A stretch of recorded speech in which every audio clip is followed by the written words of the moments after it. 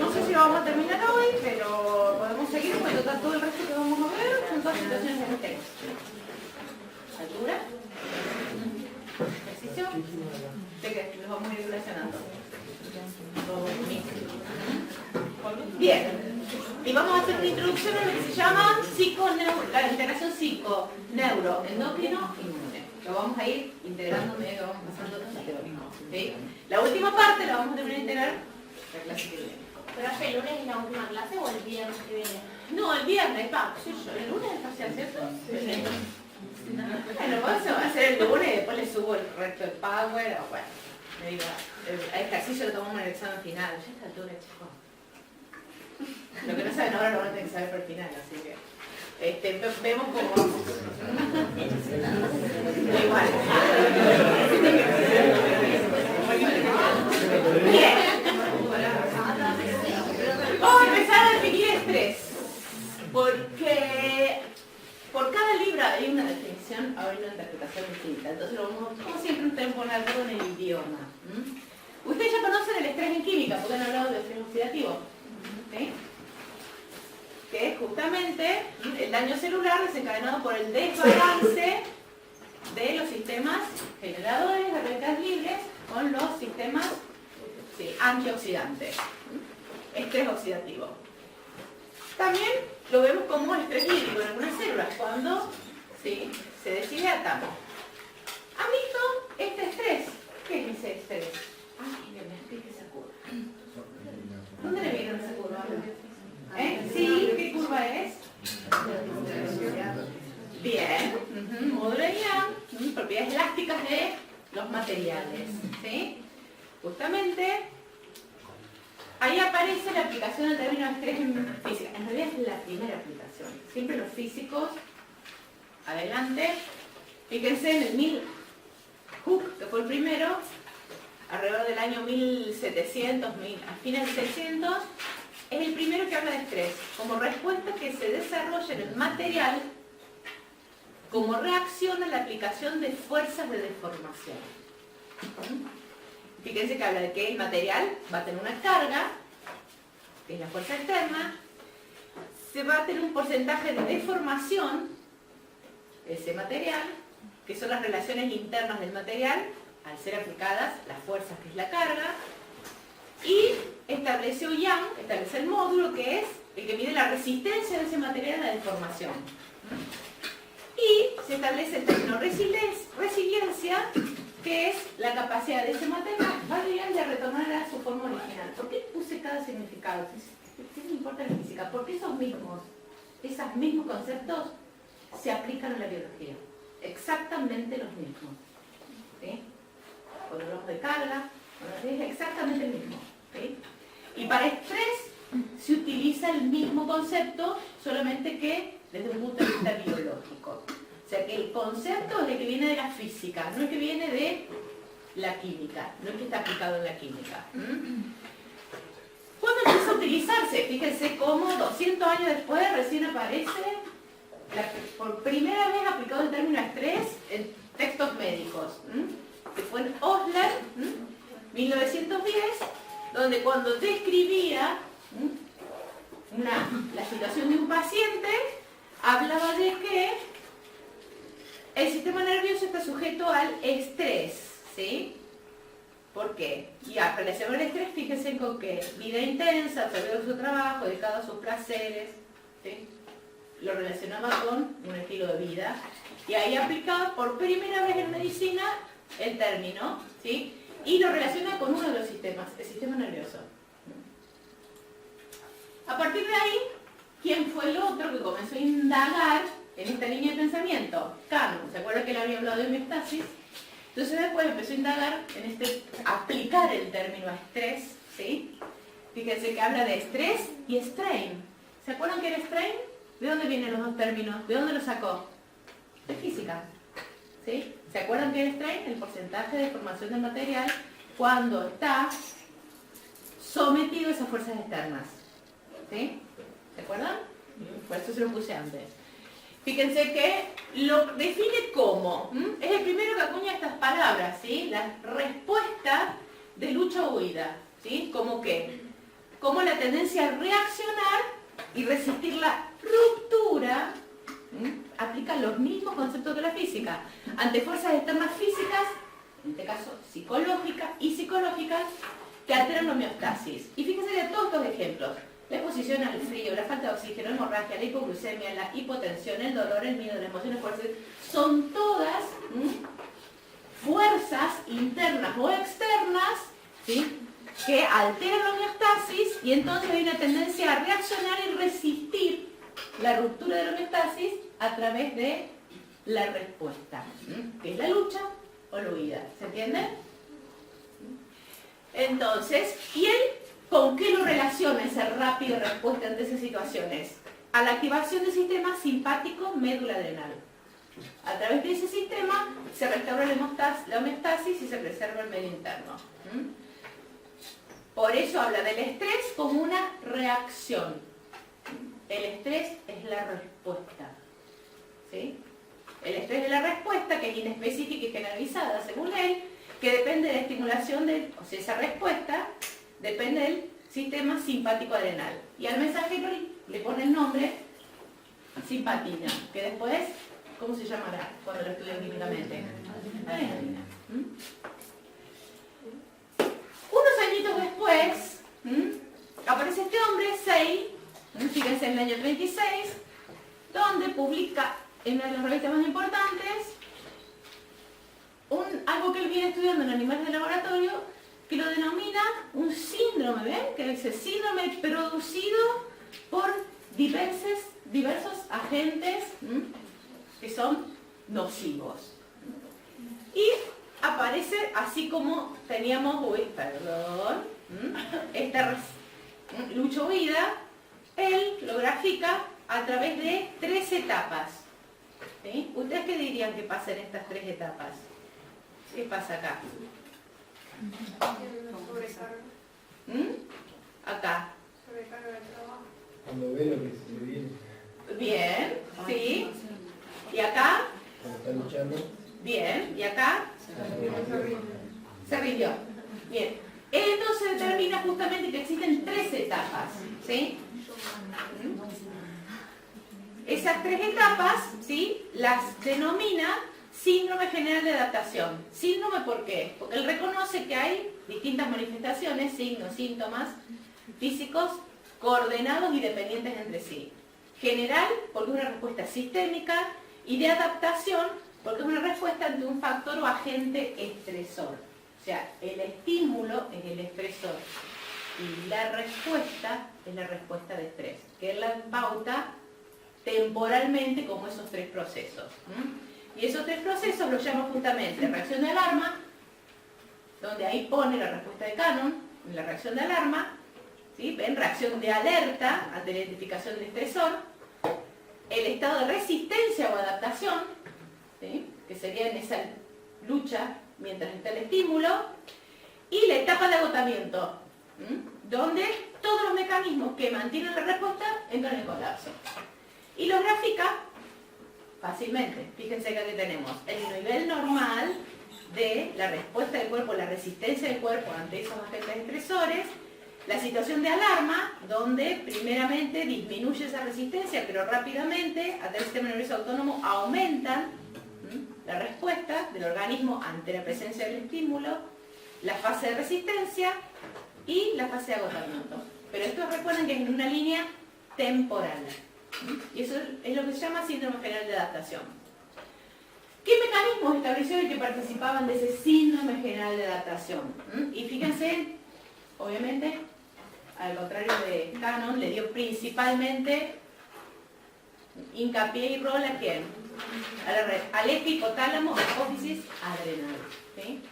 No descartaba la posición de Cannon, ¿no?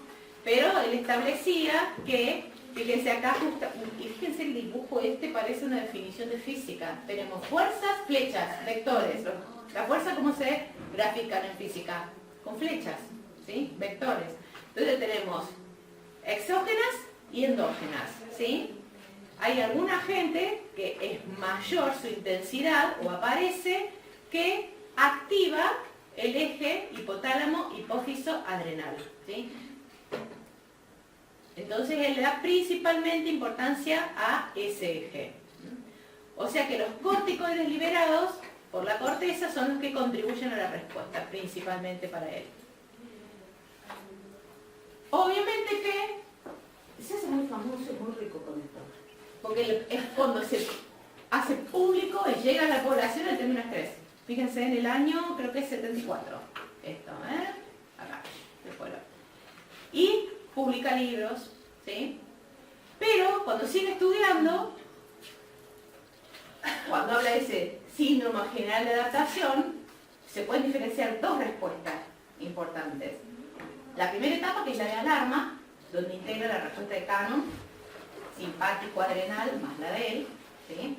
Que es el eje hipotálamo hipófiso adrenal, donde llama eso estrés o euestrés, respuesta adaptativa fisiológica con activación del eje y del sistema nervioso autónomo que está limitada en el tiempo, como respuesta a un estímulo estresor que aparece y desaparece.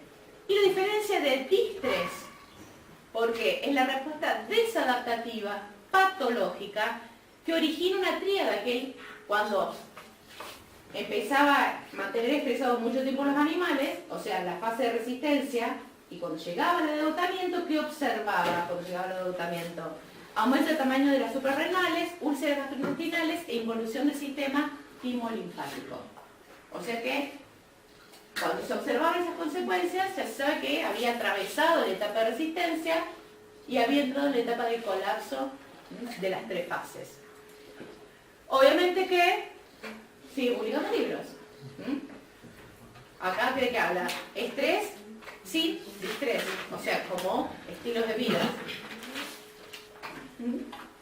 Y es tan importante, ¿vieron?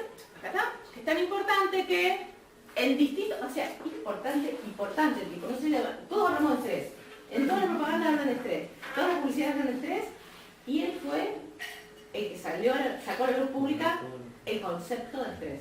¿Sí? Ahora todos decimos estamos estresados, pero en realidad no estamos estresados. Estamos desestresados. Estamos generalmente en la etapa de resistencia, ¿sí? Hay que evitar llegar a la etapa de agotamiento. ¿Tá? Bien, entonces vamos a entrar en detalle de qué pasa con esas etapas. Entonces, queda claro que estrés es la respuesta, ¿sí? Es respuesta de estrés.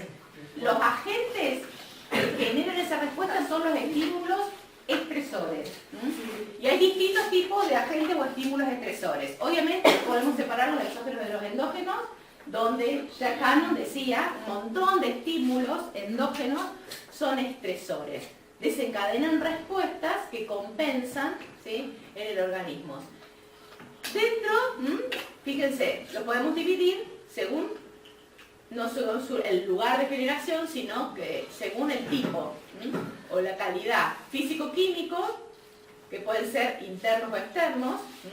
Externos, como el frío o el calor externo, una hipoglucemia interno. Fíjense que genera una respuesta directa y bypassean mecanismos de apreciación cognitiva que ya vamos a ver qué son y cuáles son los mecanismos de apreciación cognitiva. Y los psicosociales, fíjense que son estímulos psicológicos estresores que se definen como, cuando el estímulo psicológico es estresor, cuando es o entabla una relación desfavorable el individuo con el medio. O sea, cuando la interacción con ese estímulo que viene de afuera, que es social, económico, por eso se llama psicosocial, genera una interrelación desfavorable para el individuo, se dice que es un estímulo estresor psicológico o psicosocial. Fíjense que dice acá, son estímulos simbólicos más que físicos. ¿Qué quiere decir eso? ¿Sí? Reales o imaginarios. ¿Sí? O sea que la construcción cognitiva y la percepción cognitiva es importantísimo en la apreciación de estos estímulos. Y obviamente que por el tiempo o el patrón en el tiempo van a haber estímulos que son agudos y estímulos que son crónicos. Y esos crónicos pueden ser intermitentes, o sea que aparecen y desaparecen en el tiempo, pero se mantienen a lo largo del tiempo, o directamente que nunca aparecen y nunca desaparecen. Pero son crónicos y se mantienen en el tiempo, más allá de que sean intermitentes. Cuando empezamos a ver entonces el estrés como respuesta ante esos agentes estresores, sabemos que las dos teorías que parecían separadas en realidad confluyen. Ya Seil las había expresado conjuntamente. Cannon, que hacía referencia principalmente a la respuesta más rápida, a través del sistema nervioso autónomo simpático, y Seil reconoce la respuesta rápida, pero para dar explicación a su síndrome, con la etapa de resistencia, da mayor hincapié a que a la respuesta neuroendocrina a través del eje hipotálamo hipófisis adrenal. Entonces tenemos la respuesta, fíjense que en los dos casos siempre hablan de respuesta relativamente estereotipada e innata, o sea que se da en todos los individuos de la misma forma, ¿se entiende? Ellos consideraban eso, que siempre entre ese estresor se daban estas dos vías. La respuesta central, respuesta rápida, principalmente está avalada por Cannon, facilita las funciones de vigilancia, de alerta, e inhibe las funciones relacionadas con nutrición, crecimiento y reproducción. Si ustedes ven, todos los aplican ahí sistema nervioso simpático y todos los efectos del simpático, ven eso. Respuesta periférica, ¿sí? Principalmente a través del cortisol, mantiene la perfusión cerebral, muscular y cardíaca, de distintas formas. Ahora ya vamos a entrar detalladamente en cada uno. Ahora, la pregunta que se comenzaron a hacer, todos los que empezaron entonces a estudiar el estrés, fue, ¿siempre se da la misma respuesta ante distintos agentes estresores? Porque Cannon y Seil decían como que siempre las dos. Entonces dijeron, bueno, no, ¿se darán siempre así? ¿En todos los individuos se dan de la misma forma? Y entonces ahí apareció Manson, ¿sí? Que empezó a estudiar eso. Fíjense, ya pasamos al año 1971. ¿Qué hizo? Sometió, todo esto que ven, después lo van a ver cuando tengan de cerquita el Power, son todos sometidos distintos grupos de animales a distintos tipos de estrés. Cada una de esas es un tipo de estrés distinto, ¿sí? Tipo de estrés para un animal que es ponerlo en un ambiente nuevo es estrés. Ponerlo con otros animales que desconoce es estrés. Darle shocks eléctricos es estrés.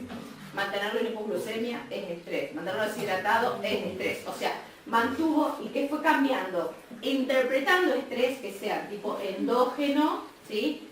Físico-químico, exógeno físico-químico y psicosocial al ponerlo con otros, con otros animales o en ambientes desconocidos. O sea, fue encontrando similitudes para, y fíjense lo que encontró. Acá tienen la liberación de cortisol y acá la liberación de adrenalina y noradrenalina. Y fíjense que no dio en todos los tipos de estrés igual. O sea que la conclusión que llegó fue que la respuesta depende mucho del tipo de estrés, del tipo de estresor, del tipo de agente estresor. Entonces, propone que los estímulos psicológicos son más potentes que los físicos para influenciar el eje adrenal, que existe un sistema de respuesta ante los distintos estresores, principalmente los estresores psicológicos, donde actúan simultáneamente varios factores, porque no es que actúa uno u otro, hay preponderancia más de uno que de otro. Y que existen diferencias individuales en la respuesta a determinados estímulos. Eso ya es una hipótesis. Como a partir de los animales encontró eso, él hipotetiza que los adultos que no. Que las personas existen diferencias individuales en la respuesta a determinados estímulos. Y es el primero que empezó a hablar, o que tenía el término psiconeuroendocrinología. O sea, comenzó a ver las conexiones entre, ¿sí?, esos tres grandes campos de estudio. Profe, pero la respuesta es la misma, lo que cambiaría no es la cantidad de liberación, sería... Claro, pero eso va a generar otros efectos, ¿sí? En mayor intensidad y menor intensidad, y algunos hasta pueden no mostrarse. En eso la respuesta es distinta, ¿sí? Ya si se libera noradrenalina y noradrenalina, la respuesta es distinta. Si se libera mucho menos cortisol, mucha más adrenalina, la respuesta es distinta. O sea, los ejes son los mismos, pero la respuesta es distinta. ¿Sí? Y entonces ahí empezó Engel, ¿sí? Fíjense que ya los psiquiatras tomaron el tema, psicólogos y psiquiatras, estrés, y fue uno de los primeros que comenzó a estudiar esto, estrés, el sistema vasodepresor o vasovagal, que genera síncope vasovagal y muerte súbita. ¿Sí? Y ¿qué aporta el concepto de estrés? Que hay circunstancias emocionales y psicológicas que generan la activación de los sistemas de emergencia. O sea que le dan mucho hincapié a lo emocional y lo psicológico, entrando en el paradigma de la psiconeuroendocrinología. Que hay distintas estrategias involucradas en la respuesta. La de Cannon, sí o sí, lucha o huida. También aporta otro concepto que es el de conservación o retirada, ¿sí? Que no es del todo exactamente igual al de lucha o huida de Cannon. Y que hay otro, que es el que nosotros ya lo vimos, ¿se acuerdan cuando veíamos conducta? Donde la amígdala, dependía de dónde llegaba, qué lugar de la amígdala llegaba, se producía esta respuesta o esta respuesta, que es el desmayo o la parálisis, ¿sí? Justamente relacionado con este tipo de conducta es que él encontró que se dan efectos vasopresores, arritmia y síncope vasovagal que puede llegar a la muerte. ¿Debido a qué? A una emoción intensa, ¿sí? O sea que pudo relacionar esos conceptos. Y justamente estableció a través de esos trabajos la medicina psicosomática. ¿Sí? Cómo emociones, situaciones psicosociales tienen impacto directo en el funcionamiento del cuerpo. ¿Sí? Y fue el que creó el modelo biopsicosocial. Ya lo deben saber de PS1. ¿Sí? Bien. Entonces, la pregunta que surgió fue ¿cómo cada individuo, si la respuesta es distinta, cómo es que cada individuo puede hacer frente a los distintos estresores? Y ahí aparecen dos conceptos muy importantes que los acuña Lazarus. Fíjense que ya estamos en 1984. Habla de estrés relacionado con estos dos conceptos. Entonces, ¿qué dice Lazarus? Maximiza, ¿qué dice? Es muy importante para esa respuesta de estrés los factores cognitivos que median entre el estímulo y la respuesta. Porque ya estamos hablando de psicólogo, no hablamos de ratones, hablamos de seres humanos. Y entonces establece dos procesos. Y ahí hablamos de la mente. ¿Se acuerdan que hablábamos de... ¿Se acuerdan cuando hablábamos de cuerpo y mente? Cuando hablábamos de sistema nervioso, que hablamos de emociones y sentimientos. Una cosa es bien corporal y la otra es de la mente, construcción de la mente. Por eso es del área más de la psicología. Bueno, acá justamente hace esa diferencia. Cuerpo, mente, para que entiendan que estamos en el área de la psicología y de la mente, pero quiere decir que no tiene impacto, como vimos, psicosomático sobre el cuerpo. Entonces habla de la evaluación del estímulo o appraisal. Esto que tiene acá es lo que él llama evaluación del estímulo. O sea que hay una serie de procesos cognitivos y afectivos, ¿sí?, que procesan la información del estresor y la valoran de acuerdo a los propios recursos emocionales, cognitivos, interindividual. Y ahí cada vez que les digo una palabra, ustedes ya pueden entonces relacionarlo con una estructura. Cognitivo, entonces van a participar corteza prefrontal. ¿Sí? Emocional, entonces sistema límbico. Tengo que recurrir a la memoria, sistema límbico. ¿Sí? O sea, ya ustedes ya saben cuál es la base estructural de todo este concepto. Y después habla de que se establecen los recursos de afrontamiento o coping. ¿Qué son? Conjunto de estrategias cognitivas y conductuales utilizadas para gestionar, o sea, para trabajar y hacer frente a las demandas internas o externas percibidas como excesivas. O sea, hay un gran estímulo estresor, con independencia del resultado. Ya vamos a ver por qué. No se refiere a la resolución, o sea, no se refiere a la respuesta, sino al proceso cognitivo-emocional. Estamos hablando de la mente, ¿se entiende la diferencia? No es la respuesta que vemos la expresión, sino es algo que no vemos, es un proceso, una estrategia mental. Por eso hablamos de la capacidad de gestión de las emociones y recursos cognitivos. Y de ahí entonces es que surge claramente que van a existir diferencias individuales, porque si ustedes saben la base de que la construcción del estímulo, o sea, la percepción, una construcción individual del estímulo, que depende de la historia del individuo, obviamente, si vamos al concepto de que hay una evaluación cognitiva y emocional del estímulo expresor y un conjunto de procesos cognitivos y conductuales para hacer frente a esos estímulos expresores, obviamente la respuesta totalmente individual. ¿Se entiende? Entonces, por eso decimos que existen diferencias individuales de la respuesta a estímulos acorde a la interpretación cognitiva del individuo. Y entonces acá tenemos los dos ejemplos típicos. El mismo estresor puede generar respuestas diferentes en distintas personas, pero más profundamente aún decimos que el mismo estímulo estresor puede generar respuestas diferentes en la misma persona en momentos o entre situaciones distintas. ¿Sí? Porque todo va a depender de la historia del individuo. Y ahí vamos a llegar a otro concepto más importante todavía. Entonces, o sea, ante la misma situación, en algunos momentos podemos presentar la expresión de lucha o huida. Porque justamente es el procesamiento cognitivo el que va a permitir interpretar el estímulo, apreciarlo, es la interpretación, evaluarlo de acuerdo a los componentes que tenemos nosotros, y de ahí vamos a pasar primero a determinar si es un estímulo estresante o no, si es estresor o no. Es la primera evaluación cognitiva. ¿Sí? Un estímulo puede haber sido estresante, aplicamos nuestras técnicas de afrontamiento, que ya vamos a ver, y se las recomiendo.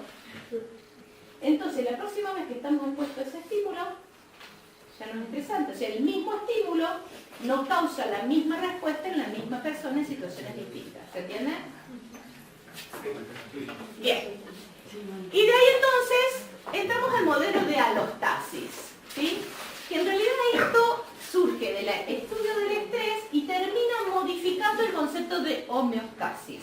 Por eso el concepto de homeostasis, ¿se acuerdan que había pasado? Ya Cannon diciendo, no es el más apropiado, ¿sí? Sino sería homeocinesis.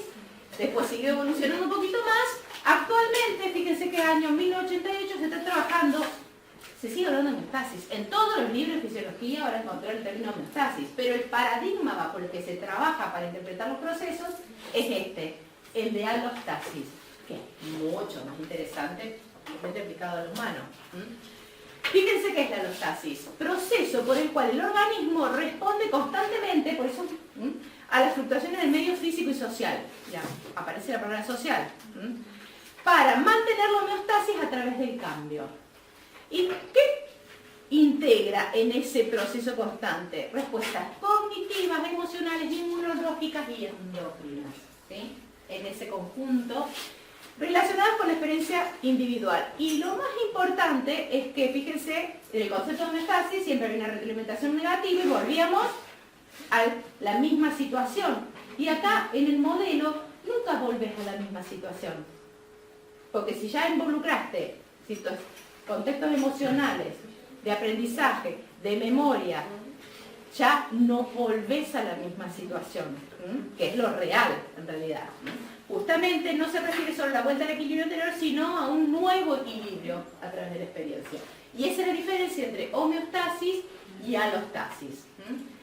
Y entonces, justamente, interpretan un modelo homeostático a través de la psico-neuroendocrino e inmunología. Vieron que fuimos de la neuro, a la neuroendocrino, a la psico-neuroendocrino, y recién acá aparece, a partir del año casi 90, y ahora todos trabajamos bajo el paradigma de la psico-neuroendocrino e inmunología. Porque está todo relacionado. ¿Sí? Bien. Y nos falta un concepto más, como último concepto. Para cerrar con la primera diapositiva, que era la física. Fíjense que fuimos utilizando lo mismo, en realidad yo no, ellos, fueron utilizando los mismos conceptos de la física. Y McCowan,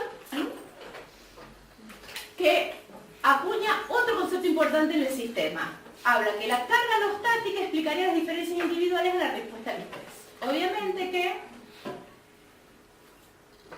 tenemos que entender, si entendemos lo que es alostasis, o sea, a partir de ese mismo concepto de alostasis, él dice que para entender realmente es que esta vuelta no es al mismo punto, sino es a otro punto de equilibrio, tenemos que interpretar que el individuo está sometido constantemente a estímulos estresores, que representa un costo de adaptación constante a lo largo de su vida, ¿sí? que es una acumulación de respuestas alostáticas, constantemente. Y eso lo denomina carga alostática. ¿Sí? Por eso es que no volvemos al mismo punto. Y obviamente que esa carga alostática, que es esa acumulación de respuestas alostáticas, se refleja en parámetros fisiológicos, que es lo más interesante del punto. Cambios en la tensión arterial, en la glucemia, en los glucocorticoides, en el cortisol, colesterol. Depende del estilo de vida, justamente, cómo sea este desarrollo de la carga alostática y de la particularidad de cada individuo. Y hace hincapié en que el error central del cerebro, por esta capacidad de interpretar el estímulo estresor y de aplicar estrategias de afrontamiento o coping de ese estímulo estresor, pero también incorpora el concepto de vulnerabilidad genética. Somos todos distintos, pero hay personas que son especialmente vulnerables genéticamente. Ya no habla de lo social, sino genéticamente. Por lo tanto, en algún momento de la vida podemos llegar a lo que se llama sobrecarga alostática, que es en el momento en el que la energía o este coste de adaptación constante, ¿sí?, ya no puede ser mantenido por el organismo, por la carga de energía que va llegando al organismo. Por lo tanto, se dice que llegó a un nivel de sobrecarga alostática. Básicamente está diciendo lo mismo que Seil, no sé si se dan cuenta. Palabras más bonitas porque avanzamos como 50 años en el conocimiento, pero casi lo mismo, ¿sí? Siempre va a haber una reacción de alerta, nadie duda de eso, que después vamos a ir acumulando cosas, si bien lo que pasa es que Seil lo da un periodo de tiempo acotado ante un estresor que él decía que eran prácticamente todos más o menos iguales, ¿sí? Lo relaciona, lo relaciona como a que a lo largo del ciclo vital se puede o no llegar a esa sobrecarga alostática dependiendo de las características individuales, ¿sí?, y de la vulnerabilidad genética. Ya después vamos a volver. Por eso el modelo que establece es que hay diferencias individuales que son de distintos tipos, obviamente, sobre todo, y todos estos aplican sobre todo al estrés psicosocial, que es en realidad el que más está expuesto el hombre, ¿no?, el hombre actual. Y fíjense que habla de que hay respuestas conductuales, que obviamente que incluye ¿cuál? Lucha o huida como la primera respuesta conductual, ¿sí? Pero otros tipos de respuestas, ¿sí?, que son a esa sobrecarga alostática, fíjense de qué habla. Las adicciones, ¿tá?, como una forma de respuesta ante el estrés psicosocial. Obviamente, que dijo, si Seil sacó su libro, yo puedo sacar el mío. Y fíjense cómo lo llamó, ¿sí? El final del estrés como lo conocemos. ¿Por qué? Porque yo ponía otro nombre ahora. Entonces, bueno, tenemos más o menos es lo mismo con otros nombres más bonitos, como dicen ustedes. Bien, entonces, después de este recuento histórico, para entender realmente que evolucionó mucho la palabra y el concepto de estrés, ¿sí?, para llegar a la psico, neuro, endocrino, inmunología, ¿cómo definimos estrés? Respuesta fisiológica, porque hablamos de estrés, homeostática, adaptativa, ante agentes estresores, que dan lugar a una serie de procesos que preparan el organismo para el procesamiento cognitivo de la información, el appraisal, para la respuesta neuroendocrina y para la elección de una estrategia de afrontamiento. Todas ellas dependen de las características de cada individuo.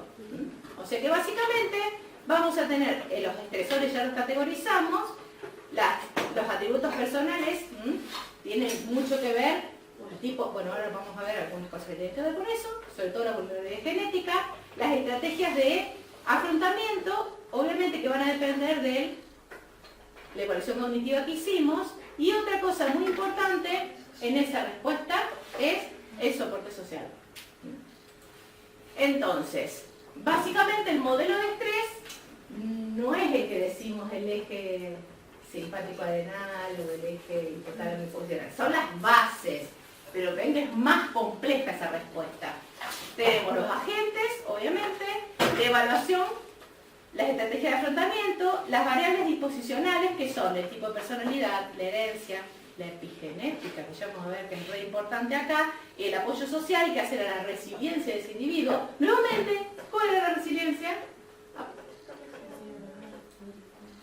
La capacidad de un material de volver al estado original, un resorte. ¿Cuánto tenemos de resorte? Básicamente, ¿qué decir eso? ¿Qué capacidad tenemos de volver al estado original después de un agente estresor, de un proceso estresor intenso? Esa es la capacidad de resiliencia. Se aplica nuevamente un concepto físico a la teoría del estrés. Y eso hace o determina el tipo de respuesta. Y obviamente, dependiendo del tipo de respuesta, ¿qué va a ser? El estado de salud que tenga el individuo. O sea, hay toda una secuencia. Obviamente que para simplificarlo hablamos de estresores, hablamos de cómo se evalúa y cómo se hace la selección de las estrategias de coping y la respuesta, que va a dar generalmente comportamientos distintos, ¿sí? Y que obviamente va a modificar el estado de ese estresor, ¿sí? Pero no volviendo al mismo estrés, al mismo estado, sino a otro estado distinto. Entonces, ¿me siguen, verdad? Ahora vamos a entrar en cada uno de los... ¿Sí? Evaluación. Y muchas veces, ¿esto es cómo? Esto es reintegrador, porque en realidad todo lo que les diga, más allá de los términos nuevos, de alostasis, de coping, es integrar todo lo que estuvimos viendo. ¿Sí? Todo lo que estuvimos viendo, pero mezclado para explicar situaciones particulares que es la respuesta ante agentes estresores. Entonces, ¿qué tenemos? ¿Sí? La situación estresora, ya puede ser social, interna, física, fíjense que siempre hay una evaluación automática inicial. La afectiva, ya sabemos que sí o sí va a pasar por el sistema límbico la información, pero obviamente también tenemos una evaluación primaria y secundaria. Primaria es la evaluación de la situación, o sea, la pricing. Secundaria es la de los recursos, el coping. Y eso va a organizar el tipo de respuesta. O sea, organiza el estrés, la respuesta de estrés. Cuando vamos a esto, tenemos que recordar entonces que las vías sensoriales, obviamente, van a llegar a la corteza, ¿sí o sí? No, tenemos que vías sensoriales, nociceptivas, todo llega a la corteza, si bien puede hacer en la ínsula, y de la ínsula puede pasar a la amígdala, sino el resto de la situación se construye, esa percepción va a llegar después de todo eso a la corteza prefrontal, pero obviamente va a la amígdala, y ya vamos a ver más detenidamente la función de la amígdala. Y se integra con el sistema límbico, y acá entonces son las tres estructuras básicas que hacen esos tres procesos: córtex prefrontal, sistema límbico, y con especial énfasis del sistema límbico, la amígdala. Entonces tenemos procesamiento cognitivo. Bueno, yo me adelanto, chicos, a veces. Vieron que yo me decía que la interpretación es cognitivo-afectiva. Primero, que si es estresor o no. Siempre la hipótesis actual es que la supremacía en esa evaluación es la cognitiva por encima del sistema límbico, que es la afectiva. Ya vamos a ver que hay situaciones en las que no se da, y vamos a estudiar la vía de por qué no se da. Y el córtex orbitofrontal tiene la capacidad de frenar las respuestas instintivas, porque obviamente de la amígdala surgen respuestas instintivas en respuesta al agente estresor. Pero ese córtex orbitofrontal tiene capacidad de frenar esas respuestas instintivas. Ya vamos a ver cómo. Entonces, después de evaluarlo, dijimos que pasaba como otra función cognitiva y conductual las estrategias de afrontamiento o coping. Fíjense que dicen, determinadas por el contexto de los sujetos, ¿sí? Obviamente hay preferencias en la selección de esas estrategias de coping y están determinadas ¿por qué? Por los factores individuales. Entonces, las estrategias de coping, y ahora quiero que se pongan a pensar en ustedes en situaciones estresantes por las que han atravesado. Hay tres grandes estrategias de coping. Centradas en el problema. ¿Sí? ¿Qué quiere decir? Que se nos presenta el problema, sería el agente estresor, ¿sí? Y están orientadas hacia realizar tareas para alcanzar la resolución o la modificación del problema del agente estresor. Puede estar centrada en las emociones. Es cuando se percibe a través de esa evaluación cognitiva que el evento es incontrolable, o sea, no lo vamos a poder manejar nunca. Entonces, ¿qué intentamos manejar? Las emociones. Y después, estrategia basada en la evitación. ¿Qué pasa? Ni controlo el problema, como no puedo controlar las emociones, ¿qué hago? No existe problema. ¿Sí? Es una estrategia. Es una estrategia, ¿sí?, de forma de afrontamiento. Por lo menos, no lo afronto o decido que no existe hasta tanto tenga la capacidad de afrontarlo. ¿Sí? Ahora, estas estrategias, ¿sí?, pueden ser eficaces en algunas situaciones y puede ser la misma situación y no ser eficaces. ¿Sí? O sea, no quiere decir que siempre que las apliquemos vamos a obtener resultados adecuados en el afrontamiento del estímulo estresor. ¿Sí? ¿Cuáles son las estrategias para que se ubiquen? ¿A qué llamamos estrategias de coping? ¿Qué llaman? Yo no, ¿qué llaman ellos estrategias de coping? Pero, ¿por qué lo digo en primera persona? Porque todos hemos atravesado algunas de estas... No sabíamos que se llamaban estrategias de afrontamiento o coping. Ahora saben que son estrategias. Todos esos procesos que son intelectuales, ¿sí?, cognitivos, de la mente, son estrategias para afrontar las situaciones estresantes. Análisis lógico. Identificar el problema, analizar experiencias pasadas y reevaluar las posibles acciones.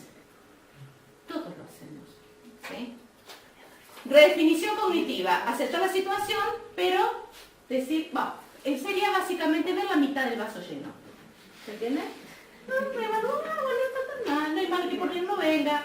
Esa frase viene de ahí, la reevaluación. Evitación es la otra, ¿sí? Fíjense que esto sería, fíjense las tres, una es centrada en el problema, otra es centrada en las emociones y otra es la evitación, ¿sí? Porque la evitación cognitiva es intentar olvidar la situación y rechazar el problema. Después, ¿qué tenemos? Obviamente, búsqueda de información o consejo. Es otra estrategia de afrontamiento. ¿Sí? Acciones de solución. Idear planes alternativos e intentar soluciones. Bueno, entonces si no pasa esto, entonces puedo hacer esto. Pero si eso me falla, puedo pasar y hacer esto. Eso es una estrategia de coping. Eso disminuye parte de las respuestas, que es el estado de alerta. ¿Se entiende? ¿Se acuerdan cuando vimos estado de alerta? ¿Sí? ¿Se acuerdan? Y performance, donde a medida que aumentaba el estado de alerta, la performance disminuye. Bueno, estas estrategias de afrontamiento que nos permiten mantener el estado de alerta en el medio, que es lo óptimo. Porque cuando empezamos a acumular o aumentamos el estado de alerta debido a estos agentes estresores, disminuimos la performance. ¿Sí? Entonces son estas estrategias. Cuando vos te pensás que tenés una solución para el problema, disminuís tu estado de alerta. ¿Sí? ¿Se entiende? O sea que solamente tienen que pensar en la posible solución y eso ya es una estrategia de coping. ¿Es parecido a las funciones ejecutivas? Las funciones Ejecutivas, creo que era llamada. Para hacer todo esto, aplicás las funciones ejecutivas, categorizás, porque para analizar el problema, identificar la causa del problema, aplicaste la función ejecutiva. Categorizaste la situación. A ver, porque en la reunión estaba fulanito, menganito, pero menganito, ¿eso qué es? Categorizás, reunís información, la analizás, aplicás todas las funciones ejecutivas para lograr eso. ¿Sí? Después, desarrollo de refuerzos alternativos, o sea, cambiar las propias actividades. Regulación afectiva, centrada en las emociones, ¿sí?, para controlar la emoción. Aceptación, el último. Aceptación resignada, aceptar la situación diciendo que nada puede hacerse. ¿Es una estrategia para disminuir el estado de alerta? Sí. Sí. Es como decir, bueno, ya está, es así. Damos vuelta a la página. ¿Sí? Si no es una inversión, justamente, si no hacen eso, piensen en la carga alostática. Lo siguen teniendo ahí, tú. Aumentamos el estado de alerta, ¿qué aumentamos? Aumentamos el nivel de cortisol, el nivel de adrenalina. Carga alostática. 20 años después, sobrecarga alostática. ¿Sí? Profe, Sí. ¿estas estrategias están definidas en los genes o también tienen que ver con el aprendizaje? Y hacerlo cognitivo. Claro, al ser cognitivo tiene todo. Todos estos procesos se dan en el lóbulo frontal. O sea que tienen que ver con la memoria, por eso las podés aprender a las estrategias de afrontamiento. Eso quería saber si era como estaba innato en cada Y uno. tiene que ver con la personalidad, que es lo que veíamos de la vulnerabilidad, que es lo que vamos a ver después. La vulnerabilidad genética, la personalidad que es construcción biología y construcción psicológica y social, la personalidad. Pero a su vez la biología te predetermina si vas a ser del fenotipo luchador o si vas a ser del fenotipo que baja la cabeza. Porque eso es que va a depender de los niveles de adrenalina, por ejemplo, de los tipos de receptores de adrenalina que tengas. O sea, tu personalidad también depende mucho de la biología, ¿sí? Pero después podés tener la capacidad de aprender estas estrategias. Entonces, todo eso que como una mochila que llevas todos los días y la aplicás. A veces la aplicás sin instintivamente, ¿qué quiere decir? Que ya es como una pauta en tu conducta. Y otras veces te tenés que sentar. Y por eso es un proceso cognitivo el del afrontamiento. Te tenés que sentar a pensar. ¿Y debe haber alguna que sea como más predominante en cada uno? Sí, ahora vamos a ver algunas características que pueden ser más predominantes basadas en la biología. Ya basado en la psicología, no sé, pero basado en la biología te puedo dar algunas cosas que pueden determinar que te vayas por un lado o para el otro. ¿Sí? Ahora bien. Fíjense que esto es tan importante que Lázaro, que fue el que propuso esto, ¿se acuerdan? ¿Sí? La estrategia del coping y del afrontamiento. O sea, eso es una tabla donde te dice las dimensiones del afrontamiento, te describe que es un afrontamiento, y es más, lo utilizan los psicólogos. ¿Sí? Lo utilizan algunos tipos de teorías psicológicas, ¿sí? Donde te brindan tareas para hacer, que no son justamente los psicoanalíticos, ¿sí? Son otro tipo de psicólogos donde utilizan muchas de estas cosas, ¿sí? Porque te entrenan en estrategias de afrontamiento, porque en el fondo hay un entrenamiento, ¿sí? Bien, ¿quedó claro entonces evaluación cognitiva, estrategias de afrontamiento, que son a nivel cognitivo, ¿sí? Que después van a construir el tipo de respuesta. Recuerden además que estamos hablando de estrés psicosocial principalmente, no estamos hablando de que me quemé un poquito y... ¿sí? No, estamos hablando de estrés psicosocial. Otras variables que pueden modular la respuesta de estrés dijimos, personalidad, apoyo social y vulnerabilidad genética. Fíjense, cuando hablamos de vulnerabilidad genética, tiene mucha relación con lo que ustedes conocen que es la epigenética. ¿Se acuerdan cuando estudiaron epigenética? ¿Qué ejemplos vieron de epigenética? En genética. Valga la redundancia. ¿Cómo? Ese es el mecanismo. El mecanismo es metilación del ADN que puede ser heredado. ¿Sí? O sea que son características que van a construir parte de la personalidad de la herencia. ¿Sí? ¿Y qué más? ¿Ejemplos de proceso epigenético?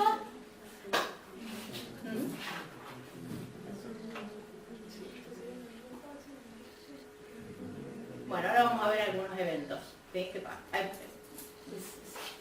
¿Ustedes se acuerdan cuándo empezaron a hablar de epigenética? No se acuerdan. No, a lo mejor no lo oyeron nunca.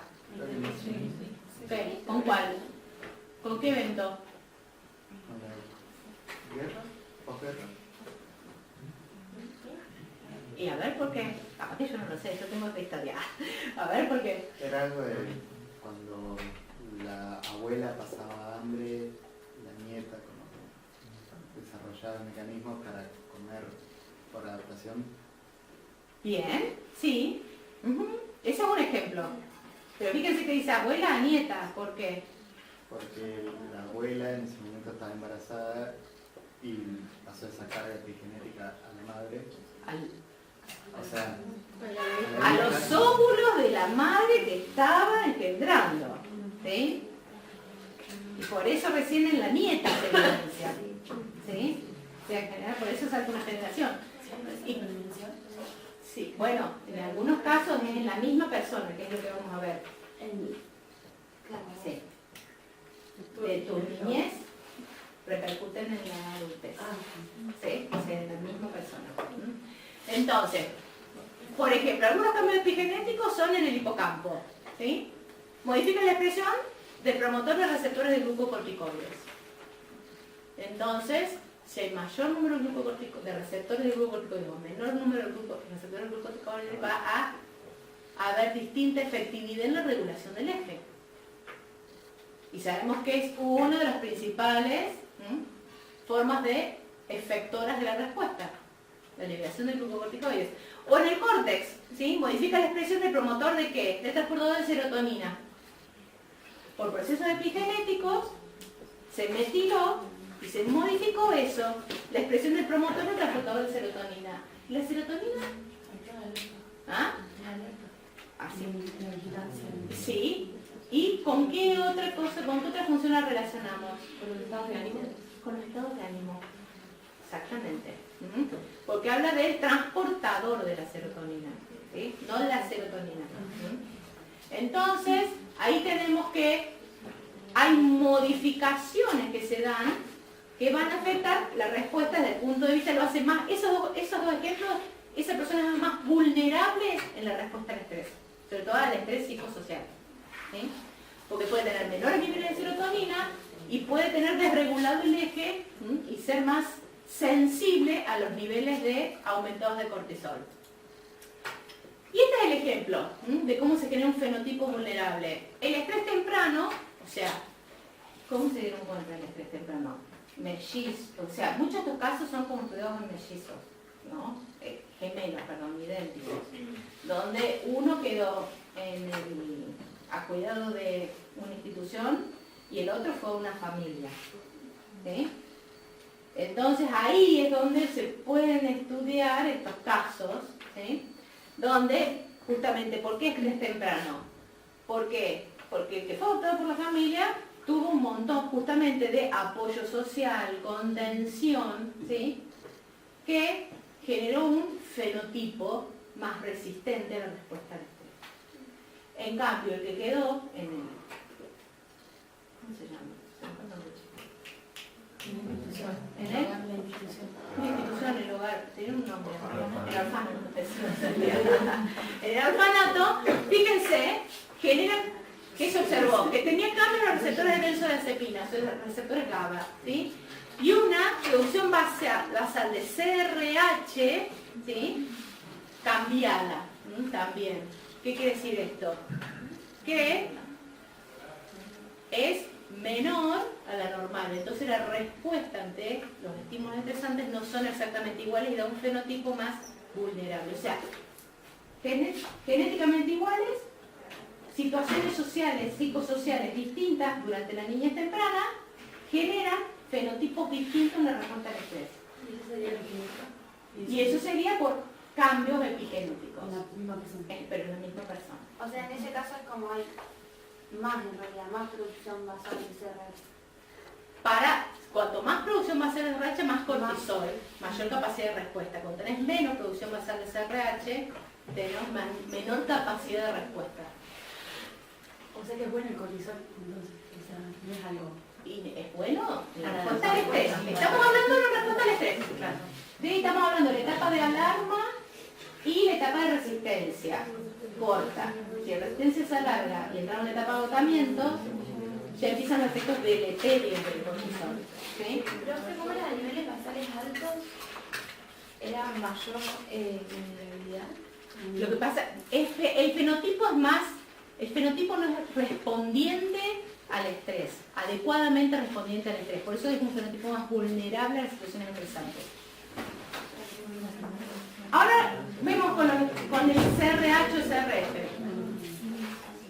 Empezamos entonces a hablar después de esto, de todo esto, que es la parte previa a cómo se construye la respuesta, porque literalmente se construye la respuesta al estresor. Entonces tenemos los mecanismos efectores. ¿Qué tenemos acá? Obviamente que siempre va a participar de la percepción del evento el sistema sensorial, ¿sí? El sistema cognitivo y afectivo es el que hace la apreciación cognitiva y estructura las estrategias de afrontamiento. Puede ser que a través de esta evaluación se considere que no es un estímulo estresor, ¿sí? Estamos desechando constantemente estímulos que para unos es estresor y para otros no son estresores. Si se percibe como estresor, entonces sí se gatillan los mecanismos efectores, que son los que llamamos mecanismos efectores. ¿Se entiende que hasta este momento todo fue cognitivo y emocional? Todavía no se tiene que en respuesta observable, ¿sí? Y esos mecanismos que se gatillan, que son los mecanismos efectores, que hacen la respuesta de estrés, vamos a ver primeramente esta, que es la que es por vía del sistema nervioso, vía del sistema nervioso autónomo. ¿Qué es lo que primero decía? Siempre se da. O sea, lo de Cannon no es que se pierde, sino que se le suman un montón de conceptos. Ahora, esperen que... ¿Se acuerdan que habíamos dicho que la corteza prefrontal es el principal centro de evaluación cognitiva y selección de las estrategias de cómputo? En general, cuando hay niveles de estrés normales, pues dijimos, estamos constantemente sometidos a estímulos estresores, pero tenemos estrategias de afrontamiento y vamos acumulando una carga, que es lo que nos hace que estamos respondiendo constantemente a esos estímulos. Entonces, esta es la representación de este lado. Fíjense, los niveles de vigilancia o alerta son los óptimos. Estamos acá. Con estos niveles basales de estrés o bajos de estrés, mantenemos idealmente el sistema de alerta. ¿Qué está pasando? ¿Cómo circula la información mientras estamos en ese estado? Hay información que es procesada por la corteza prefrontal, ¿sí? Fíjense que está, ¿qué haciendo con el sistema límbico, con la amígdala? Flecha roja, le está inhibiendo, ¿sí? Obviamente que esta amígdala está procesando un montón de información, porque le llega información de la ínsula, le va directamente a la amígdala, y del sistema y del tálamo, lo que va también va hacia la amígdala antes de ser procesado. Hay vías sensoriales que van a la amígdala. O sea que está, ¿ven? Por eso acá recibe estímulos directos. Pero esos estímulos, fíjense, solamente ¿qué hacen? Mantienen los niveles de los, si tienen ahí, área tegmental ventral, RAFI, glucus ceruleus, que son los sistemas modulatorios difusos, liberando niveles normales, ¿sí?, del neurotransmisor, dopamina, adrenalina, serotonina, para mantener el estado de alerta adecuado. ¿Se entiende? ¿Sí? O sea que esto es lo que mantiene el estado de alerta acá, adecuado. Ahora, acá hay una cosa importante, que en el córtex prefrontal hay dos tipos de receptores adrenérgicos que tienen efectos, efectos contrarios, pero tienen a su vez distinta capacidad de unión a los niveles de adrenalina, o sea, distinta afinidad. Unos son de baja afinidad y otros son de alta afinidad. Cuando los niveles basales de adrenalina, los niveles de adrenalina son basales, es decir, bajos, se une a los receptores adrenérgicos de alta afinidad, ¿sí? Y esos son los que activan esta inhibición. Fíjense qué pasa cuando estos estímulos son mucho más intensos. Acá pasamos a una situación de estrés. El estímulo estresor es muy intenso. ¿Qué hace? Directamente sobreestimula los núcleos de la amígdala, ¿sí? ¿Y qué hacen acá? aumenta la estimulación de los sistemas modulatorios difusos, aumenta la liberación de adrenalina. Al aumentar la liberación de adrenalina, aumentar los niveles de adrenalina, ¿quién se activa? Los de baja afinidad, ¿sí? Que entonces, al activarse eso, fíjense qué pasa. Desaparece la inhibición de la corteza prefrontal sobre la amígdala. Y entonces pueden expresarse directamente un montón de conductas. O sea que al aumentar el estímulo estresor y entrar en los niveles altos de estrés, fíjense, el estado de alerta, ¿qué pasa? Aumenta, disminuye la performance del individuo, porque está desarrollando todo este abanico de respuestas efectoras. ¿Se entiende? Hay estímulos que bypassean. O sea que la amígdala estimula al eje. La amígdala. La amígdala estimula acá, ¿a qué? Al núcleo paraventricular. Para que se active. Ahora vamos. Era para que vean que todo, fíjense, todas las respuestas pueden estar activadas directamente por la amígdala cuando el estímulo estresor es muy grande. ¿Ah? Bueno, ahí les dejé escrito, porque van a verlo, y si no lo ven con las referencias no lo van a entender. ¿Ya? Entonces cada situación. Entonces, sin duda, el primero que se activa es el eje neural, ¿sí? El de Cannon. Ahora, teníamos dos tipos diferenciados de estresores. Físico-químico, endógeno exógeno, dijimos nociceptivos, hipotensión, hipoxia. Principalmente van vía sensorial al locus coeruleus y a la amígdala. Esos van directamente a la amígdala. Y el estresor psicosocial es el que tiene la evaluación cognitivo-afectiva. ¿Sí? Ahora, si vemos la amígdala, volvemos a la amígdala, pero volvemos a ver cosas que ya hemos visto. Tenemos dos estructuras acá importantes. Fíjense que acá la vía es bidireccional, porque recibe información de estructuras que conforman sistemas motores y conductuales, recibe y da información a las estructuras que tienen que ver con el sistema sensorial, y acá la flecha ¿cómo es? Unidireccional, ¿ven? Que esto sería lo que muestra acá, es este núcleo, ¿ven? Con vía unidireccional que va a regular un montón de estructuras que son las que activan las vías efectoras, ¿sí? Eso porque no es que el estrés activa directamente al hipotálamo, ¿sí? Va a ir a los sistemas que tienen la capacidad de sensar y de hacer un mínimo, ya si no es la corteza prefrontal, donde tenemos que, y generamos la estrategia de afrontamiento, si va al sistema límbico, hay una evaluación, pero es principalmente emocional, a través de la amígdala, ¿se entiende? Pasea la cognitiva, pero sigue siendo una evaluación emocional. Ahora, ¿por qué decimos que es rápida? Fíjense, cuando se activa el sistema nervioso simpático, ahora vamos a ver cómo, en 2 o 3 segundos hay una respuesta simpática ante ese estímulo estresor. El simpático adrenal, 20 a 30 segundos. Es rapidísima la respuesta. O sea, esta sería la típica lucha o huida de Cannon. El mediador córtico adrenal tarda entre 15 y 20 minutos, ¿sí? En dar el abanico de respuestas que tiene a través del aumento de los niveles de cortisol. Por eso ahí decimos que la primera respuesta en expresarse está mediada por la vía neural, sistema nervioso autónomo. Y ahora vamos a volver a repasar. Profe, siempre va a activarse la de cortisol, porque si hay estímulos que se terminan enseguida, por ejemplo.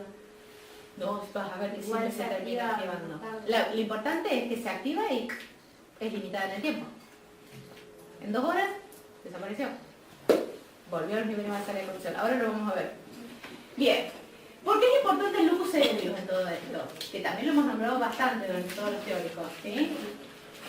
Porque integra la respuesta. Fíjense, recibe señales, ven acá las rojas, son las señales más importantes que ven. Del córtex, de la amígdala, llegan señales al locus coeruleus. Y también del puente, o sea, de todos los núcleos pontinos. Llegan al locus coeruleus.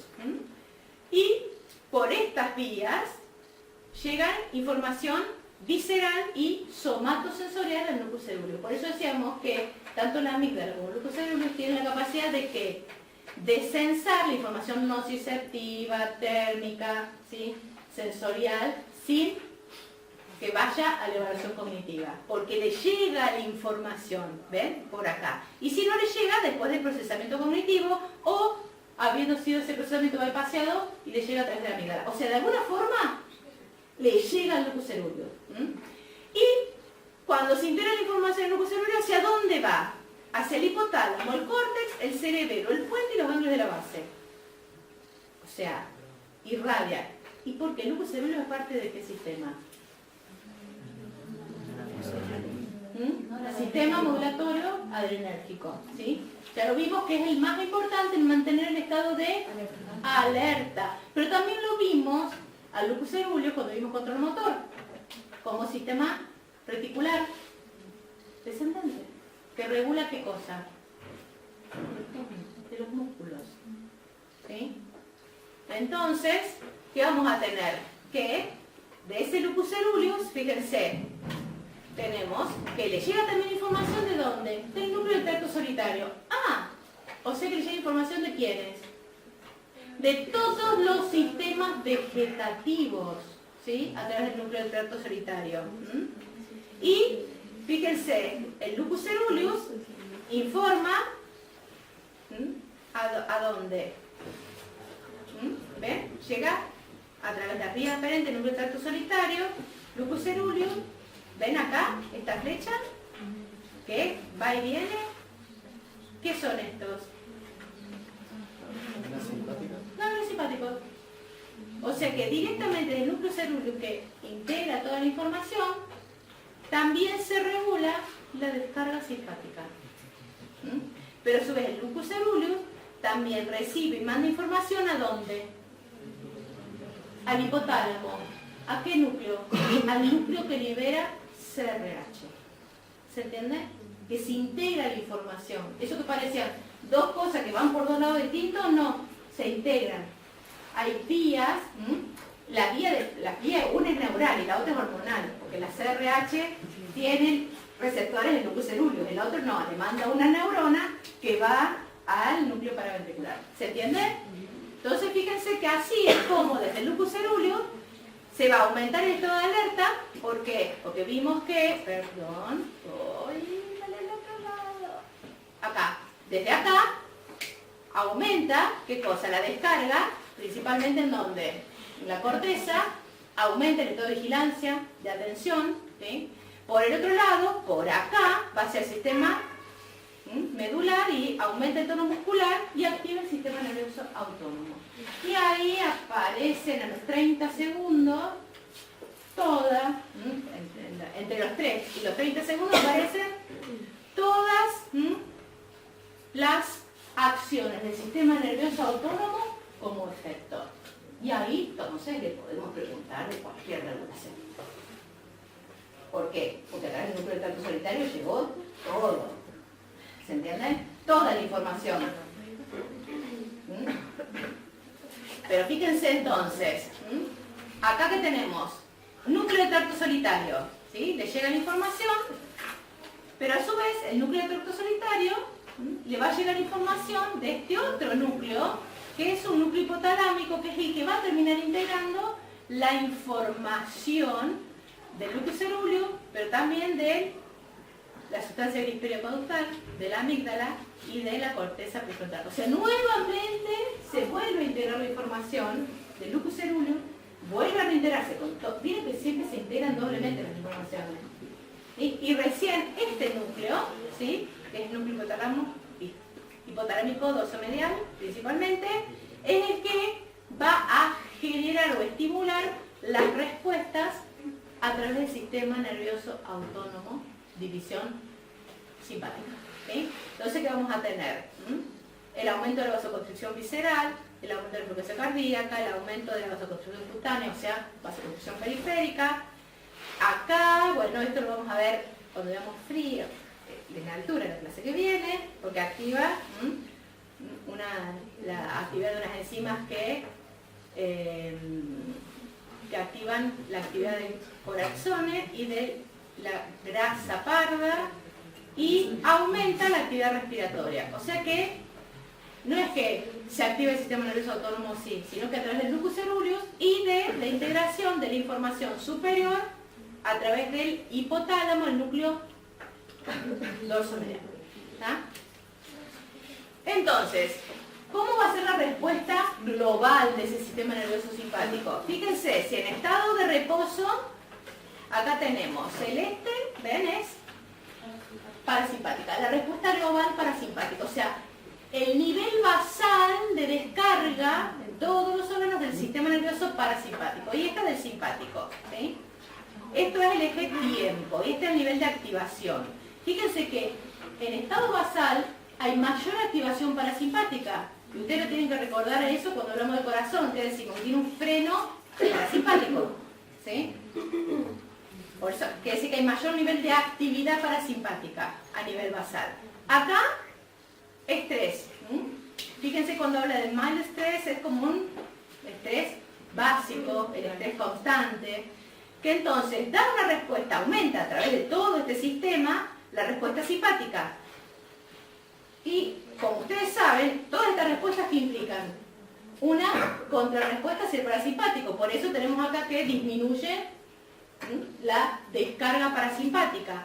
Pero en corto tiempo, ¿qué pasa? Como se dio respuesta a ese estrés, ya sea por la lucha, por la huida, ¿qué pasa? Disminuye la descarga simpática y vuelve a aumentar la parasimpática. O sea que en una hora ya restablecimos los niveles basales. Recuérdense de esto porque vamos a ver lo mismo el lunes. Bien. Entonces, eje neural a través del sistema nervioso simpático. Eje neuroendocrino. Acá directamente nos vamos a centrar en los núcleos hipotalámicos. Porque a través de los núcleos hipotalámicos, fíjense que se genera a través del paraventricular la liberación de CRH junto con vasopresina, estimula la hipófisis, cortisol. Y del hipotálamo lateral, que vamos a activar las fibras simpáticas que van a la médula y van a liberar de forma endocrina noradrenalina principalmente. O sea, tenemos los dos, porque ese efecto de la adrenalina simpático hace para arriba y baja. Para mantener la respuesta un poco más de tiempo, se tiene que sinergizar con la liberación de adrenalina de la médula suprarrenal. Y es a través del núcleo hipotalámico. Entonces, justamente que vamos a tener dos vías, principalmente después de esa percepción, evaluación y afrontamiento, vamos a tener que, si actúa principalmente la amígdala, o sea, el principal integrador de la respuesta es la amígdala, por la estría terminales principalmente estimula al hipotálamo lateral, o sea que la respuesta es principalmente a través de la médula adrenal y aumenta muchísimo los niveles de adrenalina. En cambio, si es por la vía hipocámpica y el septum, fíjense que principalmente va a estimular la otra, la paraventricular, y aumentan principalmente los niveles de cortisol. Y a eso iba, volvemos a la cuarta diapositiva, creo que era cuando este hombre decía, no puede ser siempre la respuesta la misma, donde encontraba que dependiendo del tipo de estresor, había o mayor nivel de cortisol, o mayor nivel de adrenalina, o mayor nivel de adrenalina. Es porque estas vías, dependiendo de la integración, estimulan más una que otra, ¿sí? Pero en general están los tres mediadores, pero pueden estar más aumentados unos que otros porque se estimulan distintas vías, por la forma de integración. Entonces, vamos a ir a CRH, que es tan importante como el lucus ceruleus. Porque CRH coordina las respuestas también del sistema nervioso autónomo y endocrino. Así como el lucus ceruleus, ¿se acuerdan que por la información que recibía, hacia dónde inervaba, era importante para la integración? CRH o CRF es lo mismo, CRH y CRF son iguales, ¿sí? Quiere decir lo mismo, o factor u hormona. Fíjense que tiene receptores en distintas estructuras neuronales que directamente se corroboró por la inyección intracerebral ventricular que genera conductas. O sea, ya genera patrones de conducta que tienen que ver con la respuesta al miedo o aversión a algunos estímulos. Y lo más importante es que cuando se libera, estimula el eje hipotálamo, hipófiso, adrenal para liberación de glucocorticoides y, como ya les adelanté, también cuando aumentan sus niveles desde lo basal, ¿qué va a pasar? También llega el lupus ceruleus, que tiene receptores para CRH y aumenta la actividad del lupus ceruleus, por lo tanto también se activa la vía a través del lupus ceruleus del sistema nervioso autónomo.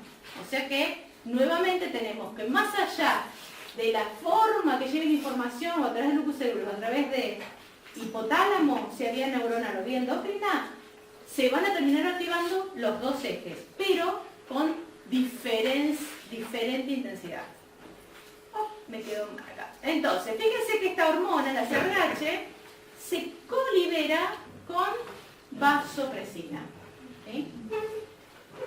No exactamente conjuntamente, pero en algunas neuronas conjuntamente y en otras más vasopresina y en otras más CRH. Del núcleo paraventricular.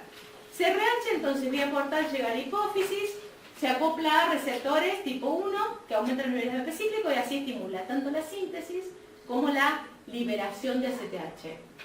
La vasopresina se une a receptores B1 que a través de la fosfolipasa C aumentan los niveles de calcio y solamente estimula la liberación de ACTH.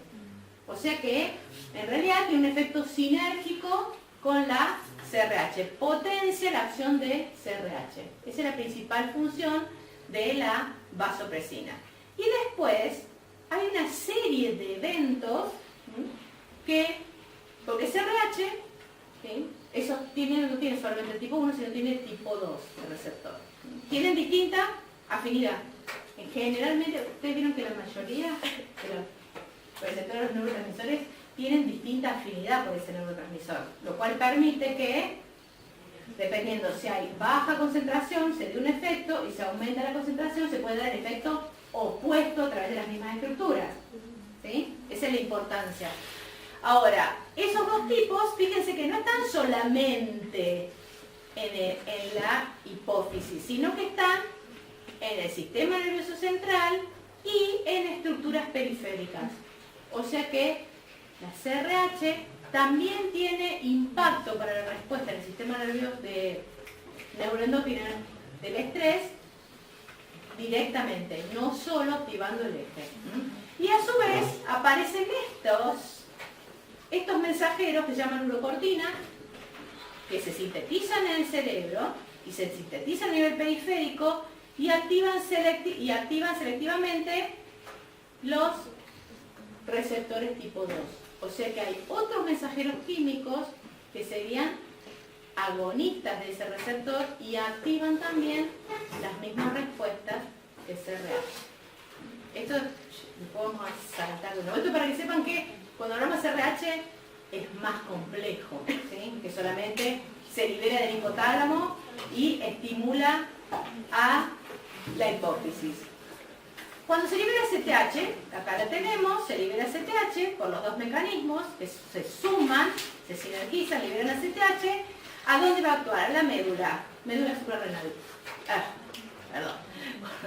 A la corteza, lo marcaba, decía, a la corteza suprarrenal. Activa principalmente los receptores que se llaman MC2. ¿Se acuerdan los receptores MC? ¿Dónde los vimos antes? MC2, MC1, MC2, MC3, MC4, MC5. ¿Cuando vieron regulación de qué? Sí, de la ingesta. ¿Son receptores de qué? De melanocortinas. O sea que tienen los mismos receptores. ¿Sí? Y ahí van a poder entender, no me acuerdo si tienen el caso. Sí tienen un caso. ¿Tienen un caso? ¿Con regulación de la ingesta? No. La única forma de explicar unos signos y unos síntomas es a través de eso. Son los mismos receptores. Bueno, después lo vamos a ver. Pero tengan en cuenta eso, que a veces parece paradójica la cuestión, pero es porque si no sabemos que dos mensajeros del mismo receptor, ¿sí? Que entonces cuando aumenta mucho uno de los mensajeros, aunque tenga menos afinidad, aumentó tanto que active ese receptor, vamos a tener los mismos efectos que la otra hormona, y que está baja. ¿Y cómo puede ser? ¿Se entiende? O sea, es la endocrinología, la neuroendocrinología es como... Bien. ACTH, ¿qué hace? Como sabemos que un corticoide promueve en realidad la síntesis. ¿Qué hace? Promueve la conversión del colesterol, la pregnenolona, y así activa la síntesis de los glucocorticoides. Y acá está lo que me preguntaban hace un rato. Chicos, díganme cuando tengo que terminar. ¿Ya? Bien. Bien, fíjense, ahí que tenemos, que me preguntaba, no me acuerdo quién. Ahí se me está yendo el que me preguntaba. No me acuerdo. Fíjense, la respuesta. Acá tenemos, cuando se aplica el estímulo, fíjense que tenemos aumento de los niveles de ACTH. ¿Por qué? CRP o CRH aumenta, estimula la liberación de ACTH. Fíjense que en los primeros 3-4 minutos ya tenemos el pico de ACTH, lo que hace que comience a aumentar los niveles de cortisol. Y el máximo de cortisol llega, fíjense, antes de los 30 minutos. ¿Sí? Pero ¿qué pasa? Fíjense que cerca de la hora se metaboliza, desaparece. Si ese estímulo estresor no se mantiene, se aumenta el nivel de cortisol para dar una respuesta adaptativa, y si no se mantiene el estímulo, a la hora vuelven a los niveles basales. ¿Sí? O sea que cuando hablamos de una respuesta de estrés que es adaptativa, están las dos, porque si no relacionamos cortisol directamente con unos estímulos tremendos, estresores que no podemos manejar, aumento de cortisol. No, hay respuesta de aumento de cortisol. Porque ese cortisol va a tener un montón de funciones importantes durante esa hora que está aumentado. ¿Sí? ¿Hay algunas situaciones que aumenta más? Por ejemplo, venimos con estrés y después, no sé, vas a rendir y aumenta. Sí. Te aumentó. Se te mantiene alto mientras te estás rindiendo el estrés. Estás rindiendo el parcial, el examen. ¿Y eso por qué? Claro. Porque el estímulo se mantiene. Tu cabeza se mantiene. Estás evaluando esa situación como un estímulo estresante. Se te va por el centro mediano, mantiene la cerveza alta, mantiene etc. Después te fuiste al parcial y si hiciste una técnica importante de coping, que decir, está... Se mantiene hasta que la suben las notas. No, por eso, la técnica de coping, ¿qué es? Esta. No puedo cambiar una. ¿Para qué me voy a amargar de pensar? Y todo lo mejor caliente, no lo puedo cambiar. Entonces tus niveles de alerta bajan. Toda esa activación se baja. Después volverá subiendo todo. Le llega el WhatsApp, subieron las notas. Es así, chicos. Entonces, dependiendo de la nota, baja o se mantiene alta hasta que se hace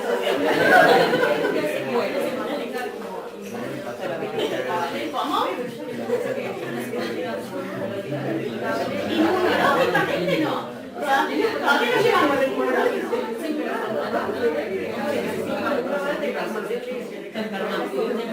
ISOs, fenotipo susceptible. Ya vamos a ver los efectos no beneficiosos del cortisol. Porque recuerden que estamos taladrados de estímulos estresores. Por eso es importante la cosa de estrategia de movimiento. Estamos taladrados. Capaz que te subió ahí, pero después tenés otras situaciones que literalmente te atraviesan y te hacen mantener un nivel de cortisol más alto que lo normal. ¿Okay? ¿O no? Todo depende de cómo lo veas. Bien, receptores. Así vamos terminando de nuevo con cortisol. Los receptores. Hay dos tipos, que ya los vieron con semillas, creo, ¿no? Los vamos a repasar. Receptores tipo 1, que son los que tienen afinidad por los mineralocorticoides, pues se llaman MCR, ¿sí? Tienen activados por bajas concentraciones de cortisol, responsables de mantener el tono, se llama, o sea, de el eje, de mantener el eje en estado basal. Son los que encargados de esa retroalimentación negativa que mantiene normales los niveles, más allá del ritmo circadiano del cortisol. Y los tipo 2, que son activados por concentraciones altas de cortisol y son los responsables de la inhibición ante picos de cortisol. ¿Sí? O sea que también ahí tenemos, ¿por qué? Se van a activar, ¿sí? Tienen baja afinidad y se van a activar solo cuando el cortisol aumentó mucho. Y van a realizar la retroalimentación negativa, ¿para qué? Para que esos niveles de cortisol en los 60 minutos caigan.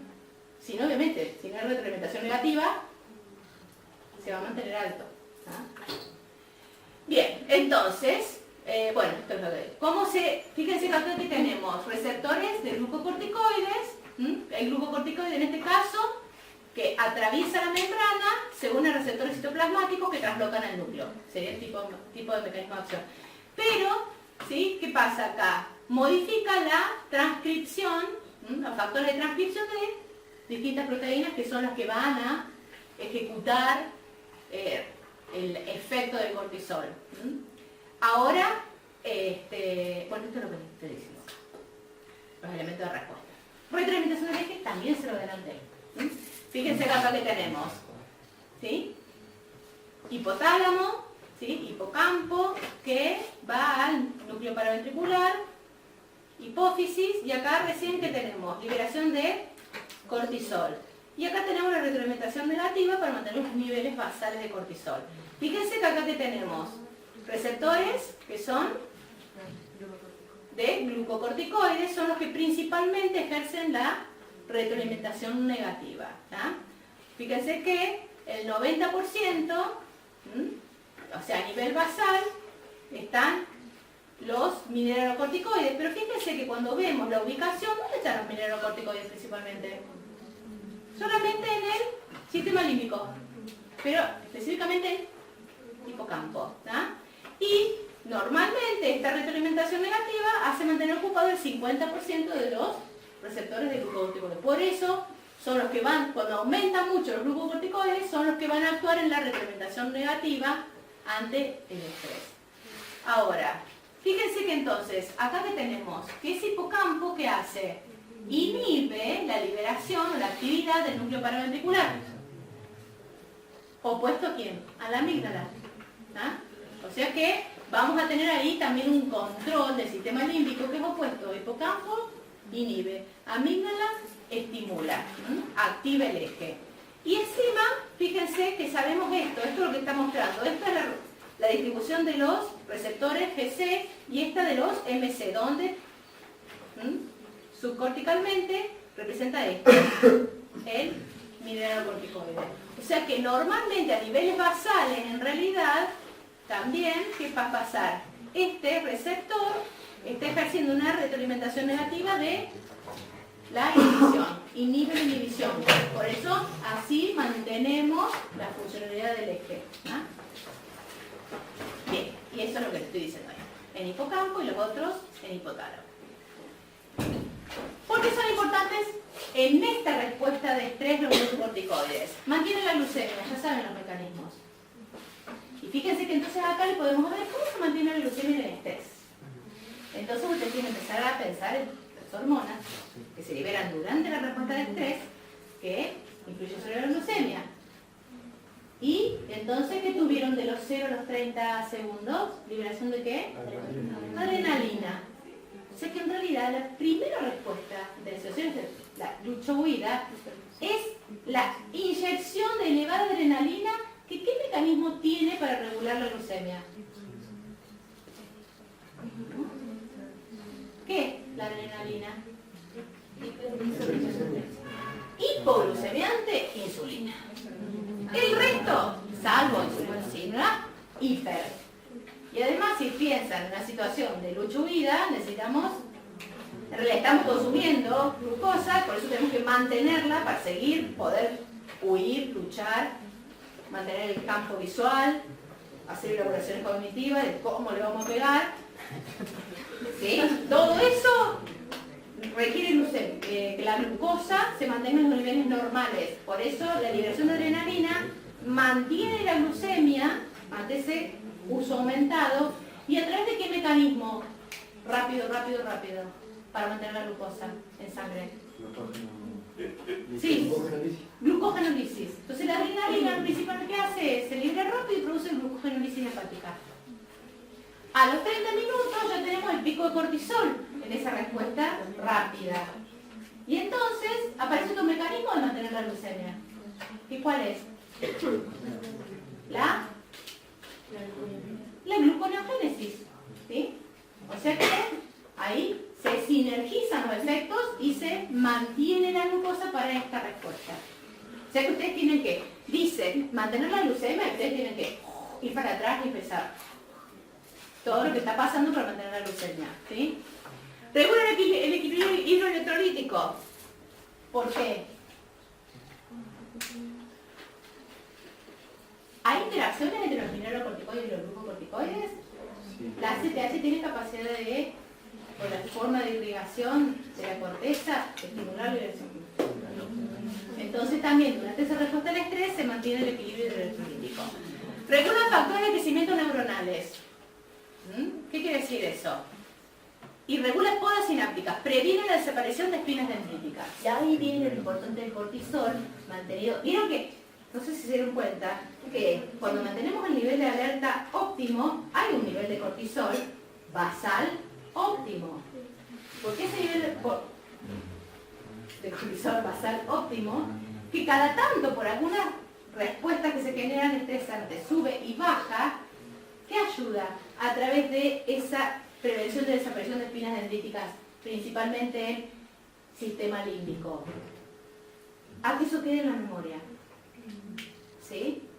Ese pico de cortisol hace que ese evento quede su imprimación en el sistema límbico. Por eso cuando yo les pregunto, ¿te acordás del examen tal? Ah, sí, me tomaron tal. ¿Te acordás de los detalles? ¿Te acordás de cómo estaba vestida la profesora? ¿Te acordás de siempre se diga? ¿Por qué te acordás tanto de ese evento? Porque el nivel de cortisol, ¿sí? ¿Sí? Eso es como que deja fija ese evento y la respuesta de ese evento, ¿sí? Al evitar la desaparición de las espinas dendríticas a nivel del sistema límbico hipocámpico. Y regular la liberación de endocannabinoides. ¿Y ustedes vieron ya qué son los endocannabinoides? ¿Qué son los endocannabinoides? Ese estrés es tan lindo.